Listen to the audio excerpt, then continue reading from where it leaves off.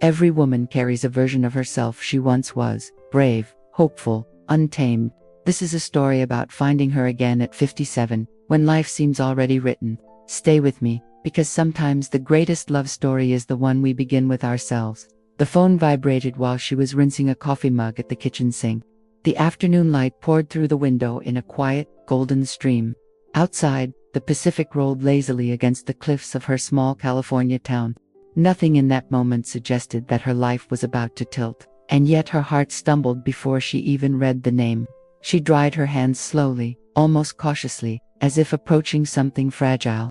The screen lit up with a name she had not seen in 38 years, Daniel Harper. For a second she thought it must be someone else, some coincidence, but the memory of his smile rose instantly, unmistakable. Her chest tightened in a way she did not recognize at first. It was not fear, not exactly joy, not quite regret. It was something electric, something something alive and restless, the kind of feeling she had not allowed herself in decades, the kind that belonged to a younger woman. She opened the message and read it twice before breathing again. I was in town last week and thought of you. Are you still by the ocean? The simplicity of the words unsettled her more than poetry would have. He was thinking of her. After all this time. The kitchen clock ticked loudly behind her. The dishwasher hummed with dull persistence. Her husband's jacket hung neatly over the chair. Everything looked exactly as it had an hour before. And yet, inside her, something had shifted. She leaned against the counter, staring at the waves beyond the window. The ocean suddenly felt deeper, darker, infinite. She had built a life of routine and responsibility. A good life, a stable life, a safe life. So why did she feel like she had just been awakened?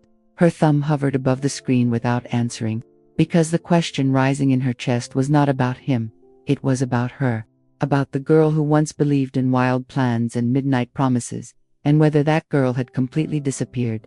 That night she could not sleep beside the steady rhythm of her husband's breathing. The ceiling fans spun in slow, hypnotic circles above them. Memories slipped into her mind without permission. College hallways, salty air, laughter on a crowded pier, and Daniel's hand finding hers in the dark. At 2 a.m, she quietly left the bed. The hallway felt colder than usual under her bare feet. She opened the closet in the guest room where old things slept undisturbed. Behind winter coats and forgotten luggage sat a small wooden box. She had not touched it in years. Dust clung to the lid as she lifted it gently. Inside were photographs curled at the edges. A concert ticket faded almost white, letters tied with a pale blue ribbon, proof that once she had been someone else. She unfolded one letter and recognized her younger self instantly. The handwriting was slanted, impatient, alive. She wrote about traveling the country in a van, about painting murals in cities she had never seen, about building a life driven by passion, not caution. Her throat tightened as she read Daniel's reply from decades ago. He had believed in her talent more than she did. He had written, "Promise me you won't choose small." She had forgotten that sentence. Or maybe she had buried it on purpose. Sitting on the floor, she realized something uncomfortable. She had not chosen badly. She had chosen stability, family, responsibility. But somewhere along the way, she had chosen small, and she had never questioned it. The house was silent except for the distant sound of waves. She pressed the letter against her chest and closed her eyes. It was not Daniel she missed most in that moment. It was the fearless girl who signed her name at the bottom. The girl who thought 57 was impossibly far away. Morning arrived with its familiar choreography. Coffee brewed, toast popped, news murmured from the television. Her husband kissed her cheek before leaving for his early walk. He was kind, steady, predictable, a good man.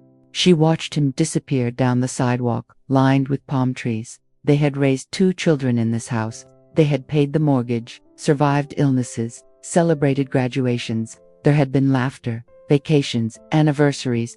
Nothing about their story looked tragic. And yet the quiet after he left felt heavier than usual. The rooms echoed with a strange emptiness. Their children now lived in other states, building lives of their own. The calendar on the fridge was mostly blank. Time stretched wide and unstructured before her. She walked through each room slowly, as if seeing it anew. The framed family photos smiled back with frozen happiness. The couch where she had folded endless piles of laundry. The kitchen table where homework once covered every inch. She had poured herself into all of it, but as she stood there, She felt almost invisible, not unloved, not mistreated, just undefined beyond the roles she had fulfilled. Wife, mother, organizer, support system. Who was she now that those roles required less of her? The message from Daniel lingered in her mind like a soft echo. It was not about romance, she told herself firmly. It was about remembering, about someone who had once seen her as more than dependable, someone who had seen her as limitless. She poured another cup of coffee she did not really want. Her reflection in the kitchen windows startled her. Fine lines framed her eyes, silver threaded her hair. She looked strong, capable, mature. But she wondered when she had stopped looking alive. 2 days passed before she gathered the courage to respond. Her fingers trembled slightly as she typed. It's been a long time. Yes, I'm still by the ocean. She kept it simple, neutral, contained. Her heart was anything but. His reply came within minutes. I'll be in town next week. Would you meet for coffee? The words were innocent enough. No promises, no declarations, just coffee. She read the message over and over again. A simple meeting, a conversation between two people with shared history, and yet it felt like standing at the edge of something vast, something that could not easily be undone. Her mind raced with practical objections. What would she tell her husband? Was this betrayal, even if nothing happened? Was she chasing a ghost of youth? Or was she finally listening to herself? She stepped outside to the small deck overlooking the ocean. The wind tangled her hair and carried the scent of salt. The waves crashed harder that afternoon, restless and insistent. She wrapped her arms around herself for warmth, or maybe for steadiness. For the first time in years, she allowed an uncomfortable truth. She was not entirely content. She was grateful, yes, but there was a quiet hunger beneath the gratitude, a longing she had ignored. The invitation was not really about Daniel. It was about confronting the woman she used to be, about asking whether that version still had a voice. Coffee was only the surface. Underneath it waited a reckoning. If this story is touching something inside you, let me know in the comments. And if you feel this journey, stay with me. We are only beginning. She did not answer immediately. Instead, she let the question sit with her for another night. Sleep came in fragments, broken by memories and doubts. The ceiling felt lower somehow, the room smaller. Her thoughts felt too large to contain. She imagined meeting him and feeling nothing. She imagined meeting him and feeling everything. Both possibilities frightened her in different ways. One meant the past was truly gone. The other meant her present was not enough. In the early hours before dawn, she rose again. The house was wrapped in blue shadow. She stood at the window watching the horizon soften. The ocean never asked permission to move. It simply followed its tide. A quiet realization formed within her. Avoiding the meeting would not restore her peace. It would only bury the questions deeper. She did not want to run toward him. She wanted to walk toward herself. When the sun finally broke over the water, she picked up her phone. Her hands were steadier now. She typed, "Yes, coffee would be nice." She pressed send before she could retreat. The message disappeared into the morning light. Her heart pounded, but not with regret. It was the pulse of something awakening. Not rebellion, not recklessness, just movement after years of stillness. A small, deliberate shift. As she set the phone down, the house felt different. Nothing had changed and everything had. She had chosen to step into uncertainty. Not for a man, but for the woman she might still become. The ocean shimmered outside, endless and patient. For the first time in a long while, she felt a current pulling her forward. It was subtle, almost invisible, but it was real, and it was hers. The cafe overlooked the same stretch of ocean where they had once walked barefoot at 20. She arrived 10 minutes early, choosing a small table near the window. The smell of roasted coffee beans mixed with salt air drifting through the open door. Her palms felt warm, almost feverish, against the ceramic cup. Every second stretched thin with anticipation. When he walked in, she recognized him instantly despite the silver in his hair. Time had softened his features, but not his eyes. Those eyes still carried that familiar spark of restless curiosity. He paused when he saw her, as if absorbing the years between them, and then he smiled. They began cautiously, speaking of safe subjects first: careers, children, cities lived in and left behind. His voice was deeper now, steadier, yet when he laughed, it carried the same echo from their youth. It stirred something dangerously tender in her chest. She studied his hands as he spoke. once strong and smooth, now marked with veins and faint scars. They had once held her face as if it were something precious. Now they rested calmly on the table between them. Time had rewritten them both. At one point, silence fell gently between them. Not awkward, but heavy with memory. The waves outside crashed in rhythmic applause. She felt both present and transported, as if two versions of herself were sitting there at once. He looked at her and said softly, "You look peaceful." She almost laughed at the irony of it. Peaceful was what the world saw, but inside, a storm had been quietly building, and he had unknowingly walked straight into it. When they finally stood to leave, the air felt charged. No promises were made, no boundaries crossed, just a lingering look that said more than words could hold. As she walked back to her car, her heart felt full and terribly uncertain. They met again 2 days later, this time for a longer walk along the cliffs. The wind tugged at her sweater as gulls cried overhead. He spoke more openly now, less guarded. There was something he seemed determined to confess, something he had carried for years. "I used to think leaving was brave," he said quietly. He told her about chasing opportunities across states and continents, about success that never quite filled the empty spaces, about relationships that never rooted deeply, about nights when he wondered what stability might have felt like. She listened without interrupting. The version of him she had preserved in memory was bold and certain, but this man was layered with doubt and reflection. The myth of their perfect lost love began to soften. Reality was less romantic, but more honest. He admitted he had often imagined what life with her might have been. A house near the ocean, children with her stubborn kindness, a studio where she painted while music played softly. He had pictured it more times than he could count. Instead of feeling flattered, she felt something unexpected. Relief. The fantasy was no longer hers alone, and it was no longer flawless. It carried cracks and compromises. She realized then that he, too, had chosen small, indifferent ways, chasing motion instead of depth, running from stillness instead of embracing it. They had both built lives shaped by fear as much as courage. The past was no longer golden. It was human. As the sun began to dip, she sensed a quiet shift inside. This was not a fairy tale waiting to resume. It was two adults facing who they had become.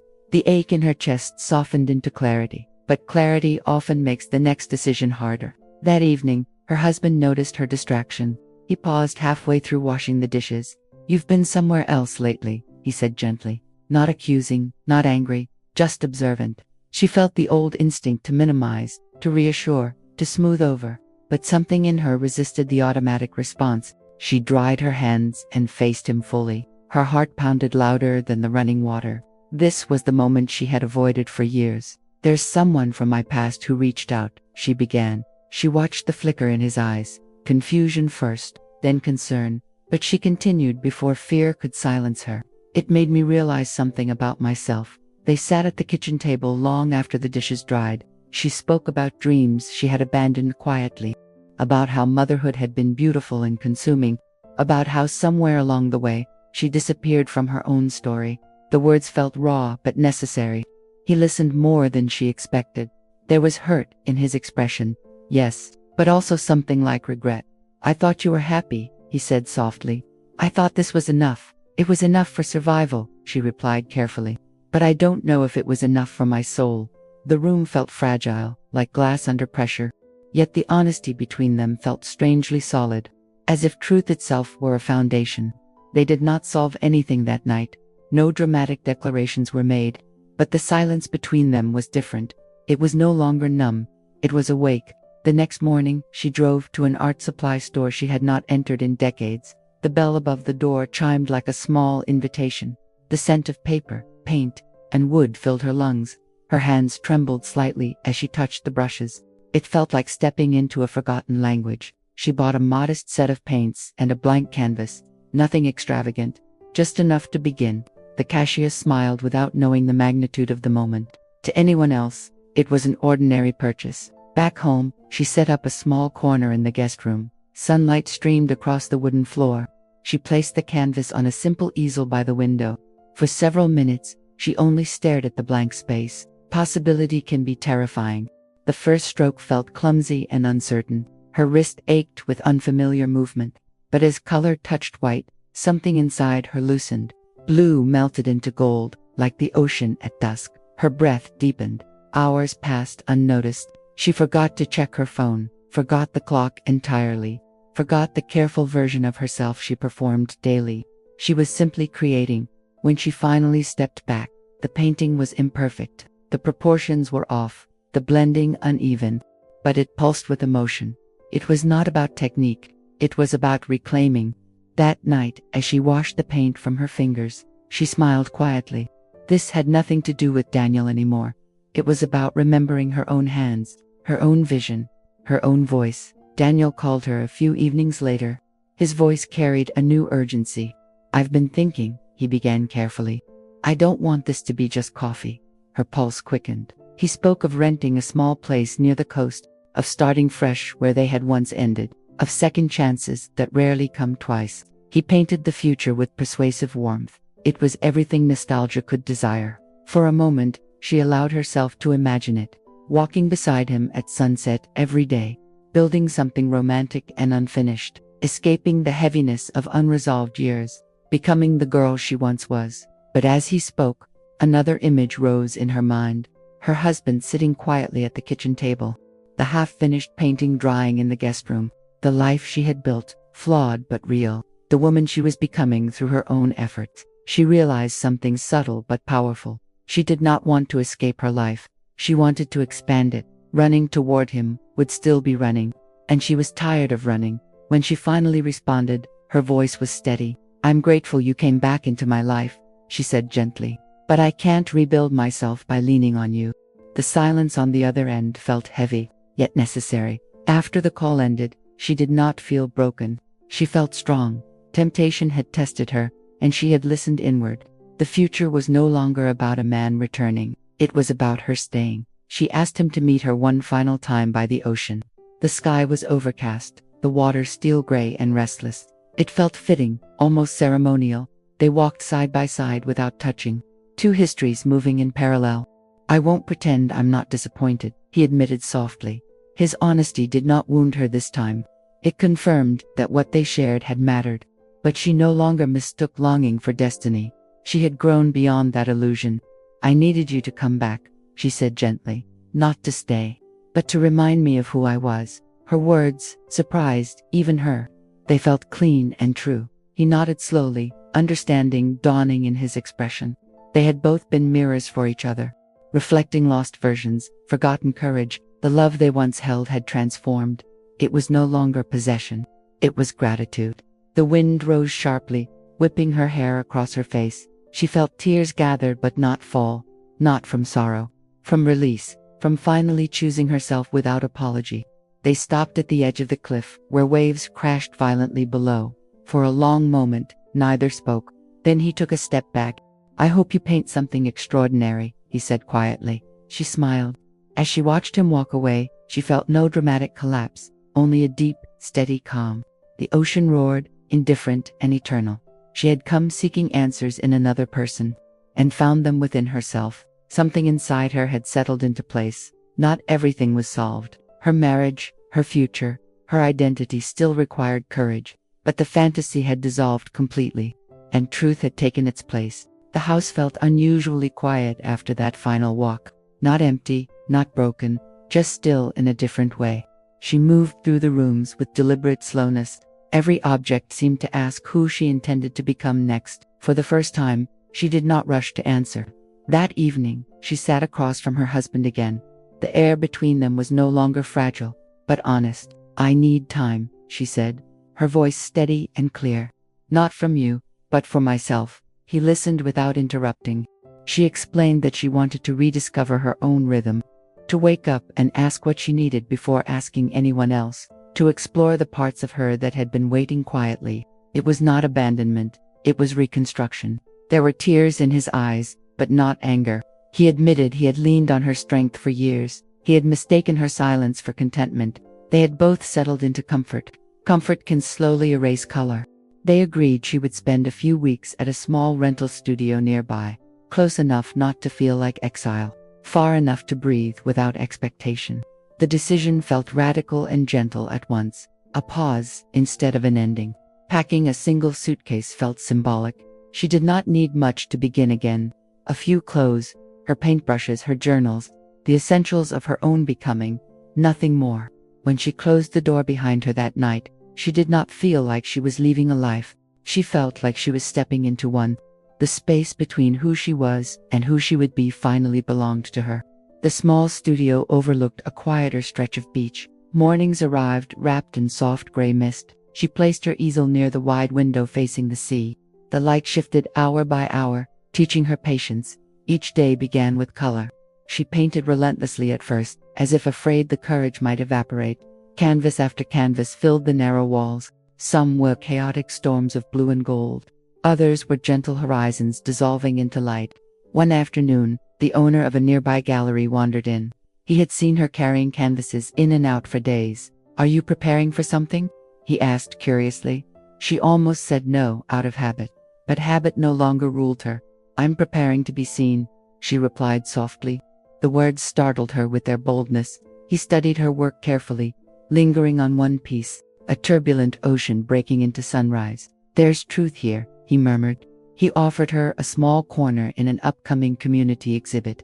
Nothing grand, nothing guaranteed, just a chance to hang 3 paintings on a white wall. Her stomach tightened with fear. Visibility felt more dangerous than love ever had. That night, alone in the studio, she stood before her chosen pieces. They were imperfect, vulnerable, unmistakably hers. She ran her fingers lightly along the textured paint. Every brushstroke carried a confession. Every color carried reclaiming. When she finally said yes to the exhibit, her voice did not tremble. This was not about success or validation. It was about stepping into the light without asking permission.